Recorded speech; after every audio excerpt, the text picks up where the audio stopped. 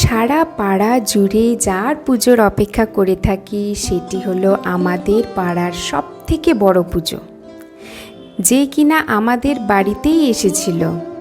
ভাইয়ের হাতে সেজে গুজে একদম রেডি আমাদের মহারাজ শ্রী শনিদেব।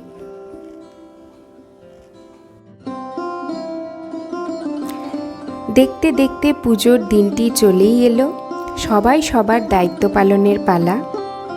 আমার মা, আমার শাশুড়ি মা, আমার এমনকি পাড়ার সকল সদস্যদের যা যা দায়িত্ব ছিল তা পালন করে আমরা চলে গেলাম মন্দিরে। তখনও প্যান্ডেল তৈরি হচ্ছিল, তাই এক ঝলক দেখিয়ে দিলাম। এটি হলো আমাদের পাড়ার সবথেকে জনপ্রিয় মন্দির। সকলেই খুব শ্রদ্ধার সাথে পুজো দেয়। তারপর শুরু হয়ে গেল আমাদের পুজো।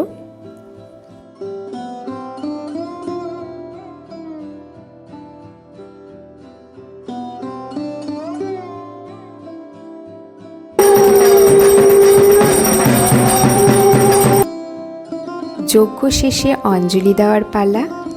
শৌরিং জ্যোতির্ভুজং শূলং ধনুহস্তং যমাধি দৈবতং দেবং।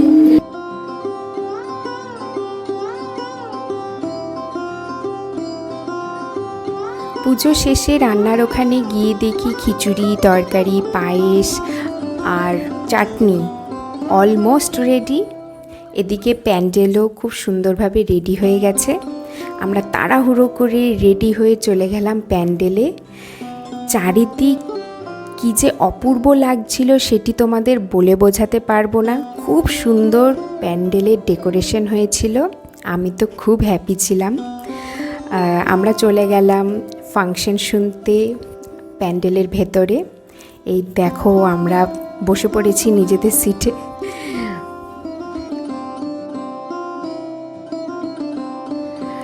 ফাংশনও শুরু, এদিকে প্রসাদ বিতরণও শুরু হয়ে গেছিল। একবার ভেবে দেখো তো, এমনি ঝিরিঝিরি বৃষ্টি পড়ছিল, মনোরম একটি ওয়েদার।